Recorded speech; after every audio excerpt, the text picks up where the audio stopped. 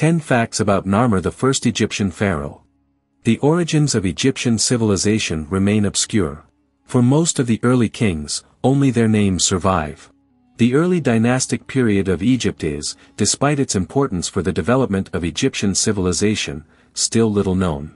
Only the names of a few obscure rulers survive, and what little we know about them we owe to later sources that may not be accurate. However, one name stands out: Narmer.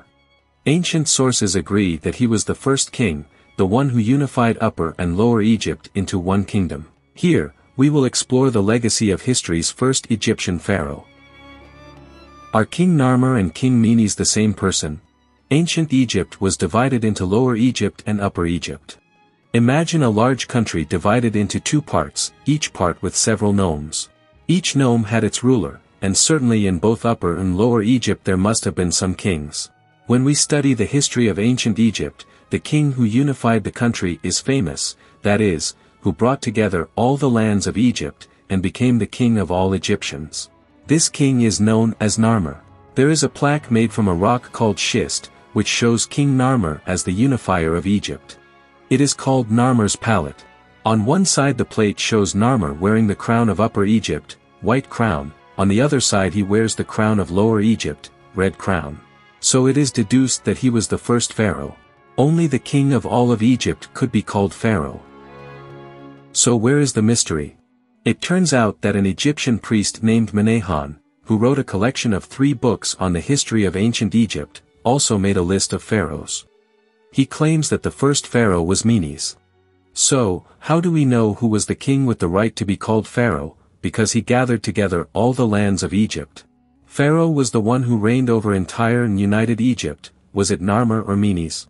Could it be that Menes is Narmer's name in Greek, because Manetho wrote his books in Greek? Could it be that Menes is a mix of different heads of nomos or titles? Should Nar and Mer be read backwards, that is, Merner? Here are 10 facts we know about Narmer, the first Egyptian pharaoh. Number 10. Narmer was, probably, the first Egyptian pharaoh. The main source of early Egyptian kingship is the so-called Palermo stone, a slab of black granite engraved with the names of the kings of Egypt up to the 5th dynasty. It also contains year-by-year records of the height of the annual flood, details of festivals held that year, and other important annual events such as wars and construction. Unfortunately, only a few fragments have survived and are currently held in Palermo, Italy, Cairo, Egypt and London, Great Britain. The part of the stone where the name of the first king of the first dynasty is inscribed has been lost. As did his successor, although it is generally accepted that the first king was Narmer and the second was Athotis. Among Egyptologists, there is consensus that Narmer was the founder of the first dynasty, but discussion arises periodically because, although this hypothesis is the most likely, there is simply not enough evidence to confirm it beyond doubt. Number 9. Its name literally means chisel fish. The ancient Egyptians had an ideographic writing system, which means that images can be read as both ideas and phonemes. Narmer's name is made up of 2 ideograms, the catfish, which reads as Nar, and a chisel, Mer. A chisel and a catfish are engraved on the famous Narmer palette, next to the figure of the king, and this is how we can identify him. But in Egypt, the name and the person were the same, so in other depictions, such as an ivory cylinder seal found at Abydos, we can see King Narmer in the form of a catfish fighting Egypt's enemies. In this image we see a fish holding a spear. There is a hieroglyph of a chisel, allowing the identification of the Egyptian pharaoh. Number 8. His body was never found. The location of Narmer's body has eluded archaeologists for 2 centuries. Early Egyptian pharaohs often built a type of tomb called a mastaba, a mud brick structure named after the Arabic word for bench. Every king during the Old Kingdom was buried inside a mastaba, until the end of the 3rd dynasty, when they began building pyramids. It was then theorized that Narmer was buried in one of the many mastabas in the mastaba fields in Saqqara. But as there are none named after Narmer, this has never been proven. Later, Egyptologists discovered a large field of pre-dynastic and early dynastic royal tombs at Kab, a site near Abydos. It was Professor Werner Kaiser, from the German Archaeological Institute in Cairo, who in 1964 identified Narmer's name in an inscription found in Kab. However, the site has suffered severe disturbances and tomb robberies during the last 5,000 years, and artifacts bearing Narmer's name have been found scattered throughout the site, making it impossible to know the precise location of Narmer's tomb. To this day, archaeologists and Egyptologists disagree about whether Narmer was buried in Saqqara or El Kab, and this question is likely to remain unanswered as long as the Egyptian pharaoh's body is missing. Number 7. The Greeks called him Menes. It is by no means a proven fact that Menes and Narmer were the same person. In fact, academic opinion appears to be divided on this. The truth is that when the Greek historian Herodotus visited Egypt around 445 before Christ, he collected the names of the kings from the beginning, and the first of them was Menes. There is no mention of a Narmer in Herodotus' histories, so it is natural to assume that Narmer and Menes were the same person.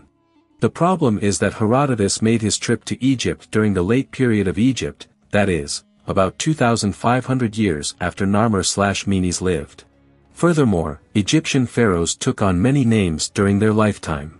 The great Egyptologist William Matthew Flinders Petrie claimed that Narmer and Menes were just two different names for the same person. Narmer was his birth name, and Menes was an honorific. Another ancient historian, Manetho, a Greek-speaking priest who was born in Egypt during Greek rule, wrote his Egyptiaca, the history of Egypt, in the 3rd century before Christ. He claimed that Menes was the name of the first Egyptian pharaoh, who supposedly founded the first dynasty after unifying Egypt around 3200 before Christ. Manetho and Herodotus differ on the length of his reign, the date and the names of his successors, but they agree that he was the first king and how he died. Number 6. The first Egyptian pharaoh was killed by a hippopotamus. Hippos were, and still are, the most dangerous mammal in the world. Egyptian kings often portrayed themselves fighting these magnificent beasts in order to prove their worth. Although later pharaohs did not engage in hunts of this type, it is more likely that the first kings actually needed to go on a royal hunt to prove to their subjects that they were worthy of their support and taxes. This is why Manetho's account of Menes's reign ends with the statement, "He was carried away by a hippopotamus and perished." Being killed by a worthy beast is no shame for an Egyptian pharaoh. Yet the Egyptians never spoke, much less wrote, about their leader's goals. Therefore, it was only during the Hellenistic period that a Greek priest could write it. This is how we learn of Narmer's death. Number 5. He imposed the pharaoh's fashion. Egyptian pharaohs appear in representations with several defining attributes. The uriu, a golden snake that they wore as a tiara, was a later addition. The red crown of Lower Egypt and the white crown of Upper Egypt were already worn by the pre-dynastic kings of Egypt. But the first to be portrayed with both crowns, symbolizing the union of Lower and Upper Egypt, and the rest of these defining royal attributes, was Narmer. In Narmer's famous palette, he is seen wearing the false tail of a bull, later, a dog, which symbolized the strength needed to rule the country of the Nile. He also wears the shendit, a type of kilt or loincloth typical of the ruling class. It was the first time a ruler portrayed himself wearing the royal beard, which every Egyptian pharaoh wore, including Tutankhamun's infamous beard. Finally, it should be noted that he is seen followed by an officer who has the most important task of carrying the pharaoh's sandals. The Egyptian pharaoh's sandals were the only piece of clothing that separated them from the land of Egypt and correctly symbolized the union between heaven, the divine world, and earth, the human world. Tutankhamun's sandals were inscribed with pictures of his enemies, meaning that with every step he was crushing Egypt's enemies. But it was Narmer who started the fashion for Egyptian pharaohs to wear a special type of magical sandals. Number 4. Narmer was a warrior. Surviving accounts, including those of Herodotus and Manetho, portray Narmer as an experienced military leader. The kingdoms of Lower and Upper Egypt had been fighting for centuries before Narmer managed to subdue the north, Lower Egypt, and impose his rule over the entire Nile Valley. Artifacts such as Narmer's palette, Narmer's mace, which is a weapon in itself, and a series of inscriptions, seals, and ivory tablets show him killing enemies without mercy. Narmer's palette shows him grabbing an enemy by the hair and wielding a mace in his other hand, about to deliver a final blow. On the other side of the palette, 2 rows of prisoners have been beheaded and King Narmer walks towards them as part of a victory procession. We have already talked about how he killed enemies in the form of a fish and, according to Manetho, he led the army across the border and achieved great glory. Egyptologists now think this means he arrived in Palestine, as several Sareks with the name Narmer have been found in southern Israel. Number 3. He was also a founder. According to Manetho, again, Narmer founded many cities that would later become great Egyptian cities, such as Memphis, the first capital of the unified kingdom. He probably founded the city of Hierakonpolis, called Niquen in Egyptian antiquity, where he instituted the cult of Horus, the first religious cult in the entire state. The founding of cities was a crucial part of being an Egyptian pharaoh, and many of the early kings were shown proudly wielding the plow, a symbol for the founding of the city. Ritually, the king marked the place where a settlement was to be made by drawing a furrow in the land near the Nile River. Then, builders would begin laying the foundations of official buildings such as temples and royal palaces. A barn was also built. Number 2. He unified the country. The Narmer palette shows, on its back, a strange scene involving two long-necked quadrupeds. These are called serpopards by Egyptologists because they are a hybrid between a snake and a leopard. In this case, two royal officials pull ropes attached to the serpopards' necks, which intertwine. This scene is generally interpreted as a metaphor for the unification of Lower and Upper Egypt, the feat for which Narmer is most famous. The kingdom of Egypt would remain unified for millennia, with 3 intermediate periods of contested kingship. Not only was it long-lived, but it was also the first state in Africa and one of the first territorial states in human history. Narmer was the Egyptian pharaoh responsible for this pivotal event in world history. Number 1. Narmer was well regarded by later Egyptian pharaohs. The Narmer palette, which we have spoken about extensively, was found among other important objects in the so-called main deposit of the Temple of Horus at Niquen, Hierakonpolis. Its discoverers were James Quibble and Frederick Green, two of the most important explorers of Egypt at the beginning of the 20th century.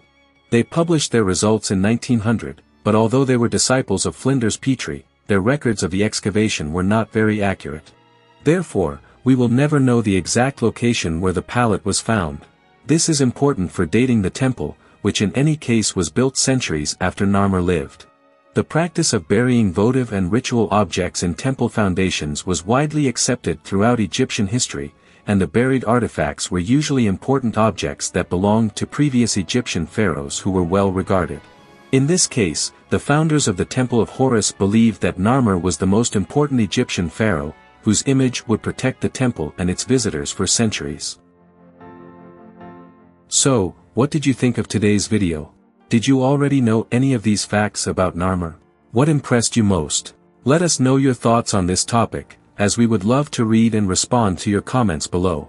And if you liked this video and haven't subscribed to our channel yet, subscribe and click the bell so you don't miss any of the intriguing videos we post every week. And if you want to take advantage and learn a little more, be sure to click on one of these videos that we are suggesting for you. Until the next video.